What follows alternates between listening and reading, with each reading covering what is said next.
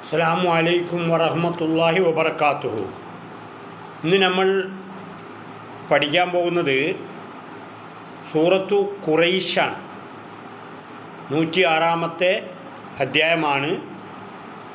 ചെറിയ ഒരു അധ്യായമാണ്. 4 വചനങ്ങളാണ് ഇതിലുള്ളത്. 4 വചനങ്ങളുള്ള മറ്റൊരു സൂറത്ത് നമ്മൾ പഠിച്ചു കഴിഞ്ഞിട്ടുണ്ടായിരുന്നു, അത് നിങ്ങൾ ഓർക്കുന്നുണ്ടാവും. അങ്ങനെ 2 സൂറത്തുകളാണ് 4 വചനങ്ങളായിട്ട് വിശുദ്ധ ഖുർആനിലുള്ളത്. ഈ സൂറത്തിൻ്റെ പ്രത്യേകത ഒന്ന്, മറ്റുള്ള എല്ലാ സൂറത്തുകളും നമ്മൾ അല്ല് വെച്ചിട്ടാണ് പറയുക. ഇപ്പോൾ സൂറത്തു അൽ നാസ്, സൂറത്തു അൽ ഫലക്, സൂറത്തുൽ അൽ ഇഖ്ലാസ്. എന്നാൽ സൂറത്തുൽ ഖുറൈശിന് അല്ല് വെച്ചിട്ടല്ല പറയുക, സൂറത്തു ഖുറൈശ് എന്നാണ് പറയുക, സൂറത്തു ഖുറൈശ്. അതുപോലെ തന്നെ പേരുകളിൽ, നബിമാരുടെ പേരുകളിൽ വരുന്ന സൂറത്തുകളൊക്കെ തന്നെ അല്ലില്ലാതാണ് പറയുക. സൂറത്തു നൂഹ്, സൂറത്ത് മുഹമ്മദ്, സൂറത്ത് യൂസുഫ്, സൂറത്ത് യൂനുസ്, അതിനൊന്നും അല്ലില്ല. അപ്പം അല്ലില്ലാതെ ഇരിക്കാനുള്ള കാരണം നമുക്ക് പിന്നീട് മനസ്സിലാക്കാവുന്നതാണ്. 4 ആയത്തുകൾ മാത്രമാണ് ഇതിലുള്ളത്. ലീ എന്ന ഹർഫ് കൊണ്ടാണ് ഈ സൂറത്ത് ആരംഭിക്കുന്നത്. അതാണ് ഒരു പ്രത്യേകത. ഒരു സൂറത്തിലും ഒരു ഹർഫ് കൊണ്ട് ആരംഭിച്ചിട്ടില്ല. ഹർഫ് കൊണ്ട് ആരംഭിക്കുന്ന ഏക സൂറത്ത് സൂറത്തു ഖുറൈശാണ്.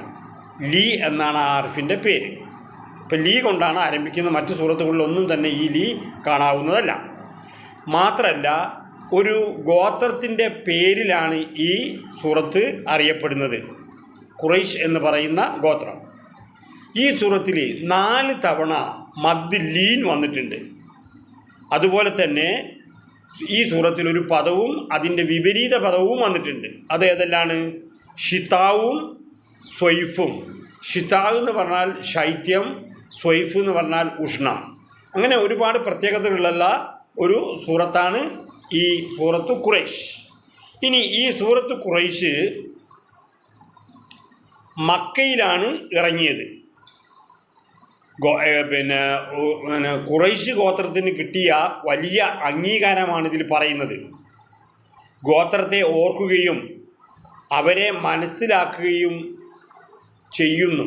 എപ്പോഴും ഖുർആൻ പഠിതാക്കൽ, ഖുർആൻ പാരായണം ചെയ്യുന്നവർ ഖിയാമത്ത് നാൾ വരെ ഈ ഖുറൈശ് ഗോത്രത്തെ ഓർക്കുകയും അതുപോലെ അവരെ മനസ്സിലാക്കുകയും ചെയ്യും.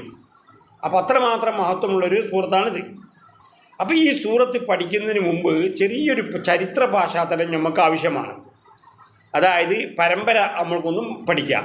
നോക്കുക, ഇബ്രാഹിം നബി അലൈഹിസ്സലാം മുതലാണ് ഇതിൻ്റെ പരമ്പര ആരംഭിക്കുന്നത്. ഇബ്രാഹിം നബി, അതുപോലെ തന്നെ ഇസ്മായിൽ നബി, അദ്നാൻ, മഅദ്, നിസാർ, മുളർ, ഇലിയാസ്, മുദ്രിക്ക, ഹുസൈമ, കിനാൻ, നളിർ, മാലിക് കഴിഞ്ഞാൽ വരുന്ന ആ പരമ്പര ഒന്ന് പ്രത്യേകം നിങ്ങൾ ശ്രദ്ധിക്കണം. മാലിക് കഴിഞ്ഞാൽ വരുന്നത് ഫിഹ്ർ എന്ന് പറയുന്ന ഒരു പരമ്പരയാണ്. ഫിഹ്ർ അത് ഖുറൈശ് എന്ന പേരിലും അറിയപ്പെടുന്നു. ഖുറൈശ് എന്ന പേരിൽ അറിയപ്പെടുന്നു. അതാണ് ഈ സൂറത്തിൻ്റെ പേരായിട്ട് എടുത്തിട്ടുള്ളത്. പിന്നെ അത് കഴിഞ്ഞിട്ട് ഗാലിബ്, ലുവയ്യ്, കഅബ്, മുറത്ത്, കിലാബ്, കുസൈൻ്റെ പേരും ഒന്ന് ഓർമ്മിച്ചേക്കണം, നല്ലതാണ്. മനാഫ്, പിന്നെ അദ്ദാർ, അൽ മനാഫ്, അദ്ദാർ. അപ്പോൾ അൽ മനാഫിൽ നിന്നുമാണ് ഹാഷിം, അതുപോലെ തന്നെ ഷംസ്, മുത്തലിബ് എന്നുള്ള നൗഫൽ. അതിൽ ഹാഷിം ഗോത്രത്തിൽ നിന്നാണ് അബ്ദുൽ മുത്തലിബ്, അതുപോലെ തന്നെ അബ്ദുൽ മുത്തലിബിൻ്റെ മകൻ അബ്ദുള്ളയുടെ മകനായിട്ടാണ് നബി സല്ലല്ലാഹു അലൈഹി വസല്ലം വരുന്നത്. അപ്പോൾ ഇതിൽ കുസയ്യ് എന്ന് പറയുന്ന ആ ഖുറൈശികൾ മക്കയുടെ ചുറ്റുഭാഗത്തുമായി ചിതറിക്കിടന്നിരുന്നു. അവയെല്ലാം തന്നെ മക്കയിൽ ഒരുമിച്ച് കൂട്ടിയത് ആരാണ്? ഖുറൈശാണ്. ഖുറൈശ് എന്ന് പറഞ്ഞാൽ നമ്മൾ നേരത്തെ പറഞ്ഞ ആ വ്യക്തിയുടെ പേര്, ശരിക്കുള്ള പേര് ഫിഹ്ർ എന്നാണ്. അപ്പോൾ ഫിഹ്ർ എന്ന് പറയുന്ന ഖുറൈശാണ് മക്കയിൽ ചിതറിക്കിടന്നിരുന്ന ഈ ഗോത്രങ്ങളെല്ലാം തന്നെ എന്താക്കിയത്? ഒരുമിച്ച് കൂട്ടിയത്. അതുകൊണ്ട് ഖുറൈശിന് മറ്റൊരു പേരിൽ നമ്മൾ അറിയപ്പെടുന്നുണ്ട്. എന്താണത്? മുജമ്മിർ. മുജമ്മിർ എന്ന് പറഞ്ഞാൽ എന്താണ്? സംഘാടകരാണ്. അപ്പം ചിതറിക്കിടന്ന ഖുറൈശി ഗോത്രത്തെ ഒന്നിച്ച് ചേർത്ത് മക്കയിലേക്ക് കൊണ്ടുവന്നത് കൊണ്ടാണ് ഖുറൈശിനെ എന്ത് വിളിച്ചത്? മുജമ്മിർ എന്ന് വിളിച്ചത്. മുജമ്മിറിൻ്റെ അർത്ഥം സംഘാടകൻ എന്നാണ്. അപ്പം ഇനി നമുക്ക് ഈ സൂറത്തിലേക്ക് ഒന്ന് പ്രവേശിക്കുകയാണെങ്കിൽ നമുക്കറിയാലോ, അങ്ങനെ ഒരുമിച്ച് കൂട്ടിയത് കൊണ്ട് മക്ക അതിൻ്റെ തലസ്ഥാനമായി മാറി. എല്ലാ ഗോത്രങ്ങളും ഖുറൈശി ചിതറിക്കിടന്നിരുന്നത് മക്കയിലേക്ക് വന്നു. ഹജ്ജിന് വരുന്നവർക്ക് എല്ലാ സൗകര്യവും ഏർപ്പെടുത്തി കൊടുക്കുന്നത് ആരാണ്? ഈ ഖുറൈശി ഗോത്രക്കാരാണ്. ഖുറൈശി ഗോത്രത്തിന് അള്ളാഹു സുബ്ഹാനഹു വ തആല എന്ത് ചെയ്തെന്ന് വെച്ചാൽ മക്കയുടെ ഭരണം, മക്കയുടെ സൂക്ഷിപ്പ് അവർക്ക് ഏൽപ്പിച്ചു കൊടുത്തു. മക്കയും അയൽവക്കവും സൂക്ഷിച്ച് പരിപാലിക്കാൻ വേണ്ടി ഖുറൈശികളെയാണ് ഏർപ്പെടുത്തിയത്. ഖുറൈശികളെ എല്ലാവർക്കും ഇഷ്ടമാണ്. കാരണം ഹജ്ജിനും ഉംറക്കുമൊക്കെ പോകുമ്പോൾ അവർക്ക് വേണ്ട കാര്യങ്ങളും മറ്റുമൊക്കെ വളരെ നല്ല രീതിയിൽ ചെയ്തു കൊടുക്കുന്ന ഒരു ഗോത്രമായിരുന്നു ഖുറൈശി ഗോത്രം. അപ്പോൾ മനാഫും അബ്ദുൽ മനാഫും അബ്ദുൽ ദാറുമാണ് ഇവിടെ ഏറ്റെടുത്തത്. ഖുറൈശികളാണ് ഏറ്റെടുത്തതെങ്കിലും ഈ രണ്ട് മഹാന്മാരാണ് അവർക്ക് കച്ചവടത്തിൽ വലിയ താല്പര്യമുണ്ടായിരുന്നു. അപ്പോൾ കച്ചവടത്തിൽ താല്പര്യം കാണിച്ച ഈ അബ്ദുൽ മനാഫും അബ്ദുൽ ദാറും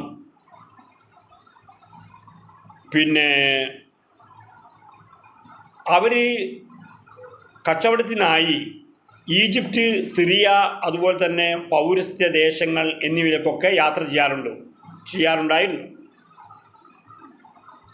അസ്ഹാബുൽ ഈലാഫ് എന്നാണ് ഇവരെ അറിയപ്പെട്ടിരുന്നത്.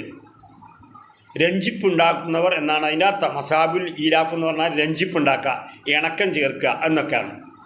അപ്പോൾ ഖുറൈശി ഗോത്രത്തിന് അള്ളാഹു നൽകിയ വലിയ ഒരു അനുഗ്രഹമാണ് അത്. എവിടെ കച്ചവടത്തിന് ചെന്നാലും ഖുറൈശികൾ വളരെ സ്വീകരണമാണ് അവർക്ക് ലഭിച്ചിരുന്നത്. അവിടെ നാട്ടുരാജാക്കന്മാരുണ്ടായിരുന്നു മക്കയിലെ പ്രാന്തപ്രദേശങ്ങളിൽ. അപ്പോൾ കച്ചവടത്തിന് പോകുമ്പോൾ ഒരു രാജ്യത്തു നിന്നും മറ്റൊരു രാജ്യത്തേക്ക് കടക്കുമ്പോൾ അവർക്ക് രാജ്യത്തിന് നികുതി കൊടുക്കണം. ഖുറൈശികൾ കച്ചവടത്തിനായി പോകുമ്പോൾ അവരോട് എന്തായില്ല? നികുതി പിരിച്ചിട്ടുണ്ടായിരുന്നില്ല. അവർക്ക് എല്ലാ സൗകര്യവും എല്ലാ നാട്ടുകാരും ചെയ്തു കൊടുത്തിരുന്നു എന്നർത്ഥം. കഅബാലയം സംരക്ഷിക്കുന്നവർ എന്ന നിലക്കാണ് ഈ അനുഗ്രഹം. അപ്പോൾ എല്ലാവർക്കും അറിയാമല്ലോ, കഅബത്തിലേക്ക് ഹജ്ജിനും ഉംറക്കും ഒക്കെ വരണം.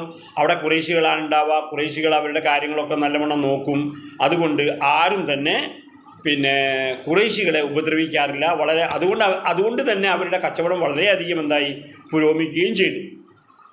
അടുത്ത് വരുന്ന സൂറത്തുണ്ടല്ലോ, സൂറത്തുൽ ഫീലുമായിട്ട് ഇതിനെന്തുണ്ട്? ബന്ധമുണ്ട്. കാരണം ഖുറൈശികളാണ് കഅബയുടെ സംരക്ഷണം. ആ കഅബയെ പൊളിക്കാൻ വേണ്ടിയിട്ട് അബ്രഹത്ത് രാജാവ് വരുന്ന ഒരു രംഗമുണ്ട്. അപ്പോൾ ഈ സൂറത്തുൽ ഫീലുമായി ബന്ധപ്പെട്ട് കിടക്കുന്നു എന്നർത്ഥം. അത് കഴിഞ്ഞിട്ട്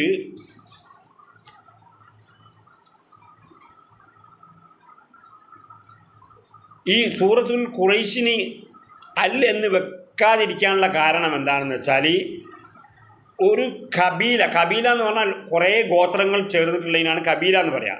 അപ്പോൾ അൽ കബീല നമ്മൾ പറയും. ആ അൽ കബീലെന്നാണ് ഏത് ഗോത്രം വരുന്നത്? ഖുറൈശ് വരുന്നത്. പിന്നെ ഒരു അല്ല് വെക്കൂല. അപ്പോൾ അതുകൊണ്ടാണ് സൂറത്തിന് എന്ത് പേരിട്ടത്? സൂറത്ത് ഖുറൈശ് എന്ന് പേരിട്ടത്. ഞാൻ പറഞ്ഞല്ലോ, നബിമാരുടെ പേരുള്ള സൂറത്തുകൾക്കൊന്നും തന്നെ അല്ലില്ല. അതുപോലെ തന്നെ വേറൊരു അല്ലില്ലാത്ത സൂറത്താണ് സൂറത്തു അബസ. മുഖം ചുളിച്ചു. അത് വെർബാണ്. ബാക്കിയൊക്കെ തന്നെ നൗണായിട്ടൊക്കെ വരുന്നതാണ്. ഈ അബസ എന്നുള്ള സൂറത്ത് ഫിഇലായിട്ടാണ് വരുന്നത്. അതുകൊണ്ട് അതിൻ്റെ മുമ്പിൽ എന്ത് വെക്കാറില്ല? അല്ല് വെക്കാറില്ല. ലി എന്ന അർത്ഥം കൊണ്ട് തുടങ്ങുന്ന ഒരേ സൂറത്താണ് ഈ സൂറത്ത് ഖുറൈശ്. ലീ എന്ന് പറഞ്ഞാൽ അർത്ഥം ന് എന്ന് പറയും. മലയാളത്തിലെ ന്. ലിൽ മുസല്ലി എന്ന് പറഞ്ഞാൽ നമസ്കരിക്കാൻ, നമസ്കാരത്തിന് എന്നൊക്കെ പറയും. അപ്പോൾ ലീ അമ്രുണ്ടാക്കാൻ ഉപയോഗിക്കുന്നു എന്നർത്ഥം. ഇനി നമുക്ക് ഈ സൂറത്തിലേക്ക് ഒന്ന് പരിശോധിക്കാം. സൂറത്ത് പരിശോധിക്കാം. അഊദു ബില്ലാഹി മിനശ് ശൈത്വാനിർ റജീം. ബിസ്മില്ലാഹിർ റഹ്മാനിർ റഹീം. ലഇലാഫി ഖുറൈശ് ഈലാഫിഹിം റിഹ്ലതശ് ശിതാഇ والصيف فليعبدوا رب هذا البيت الذي أطعمهم من جوع وآمنهم من خوف. ഇതാണ് അതിൻ്റെ പാരായണം. തജ്വീദ് അനുസരിച്ചാണ് പാരായണം ചെയ്തിട്ടുള്ളത്. ഇപ്പം ഇവിടെ ഈലാഫി ഖുറൈശ് എന്ന് പറഞ്ഞാൽ ഖുറൈശികൾക്ക് ഇണക്കമുണ്ടാക്കി കൊടുത്തതിനാലാണ്. എന്താണ് ഖുറൈശികൾക്ക് ഇണക്കമുണ്ടാക്കി കൊടുത്തത്? ഖുറൈശികൾ കച്ചവടത്തിന് പോകാറുണ്ട്. അതെങ്ങോട്ടാണ്? വടക്ക് ഭാഗത്തേക്കുള്ള ഷാം അഥവാ സിറിയ അല്ലെങ്കിൽ പലസ്തീൻ. അവിടെ ഉഷ്ണകാലത്ത് അങ്ങോട്ടാണ് അവർ വടക്ക് ഭാഗത്തേക്കാണ് യാത്ര ചെയ്തിരുന്നത്.